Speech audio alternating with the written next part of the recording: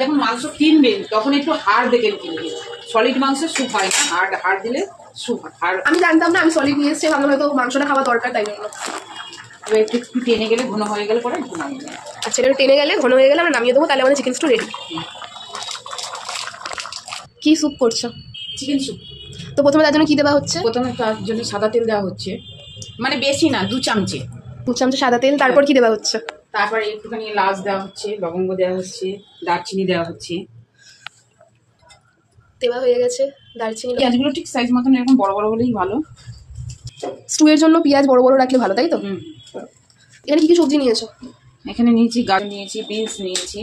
হ্যাঁ, আপনি বিনস 50 গ্রাম, 50-এর মতন হলে হয়ে যাবে। কতটা মাংস? 50 হলে হয়ে যাবে। 500 মাংসের 50 বা 100, যত সবজি খাবেন, যেরকম সবজি খাবেন সেরকমই করলেও হবে, অসুবিধা নেই। এবার আমি মাংসটা দিয়ে দিচ্ছি, এর মধ্যে এলাচ, লবঙ্গ, দারচিনি দিয়েছি তার সঙ্গে। এবার আমি একটু মাংস দিচ্ছি, তেল সামান্য 2 চামচ হলেই হয়ে যাবে, বেশি লাগে না। একটু নাড়াচাড়া করে দিচ্ছি, একটু নাড়াচাড়া করছি, একটু নুন একটু দিয়ে একটুখানি। এবার কি দিচ্ছ? এবার একটু লঙ্কা ফাটিয়ে দিচ্ছি, তার মধ্যে আবার একটুখানি একটু ভাজা ভাজা হয়ে গেলে তখন আমি আদা রসুনের পেস্ট একটু দেবো। পেস্ট করেও দিতে পারেন কিংবা থেতো করেও দিতে পারেন, কোনো অসুবিধা নেই। এবার কাঁচা লঙ্কা দিয়ে মাংসটাকে নাড়ানো হচ্ছে, ভালো করে ভাজা করতে হবে।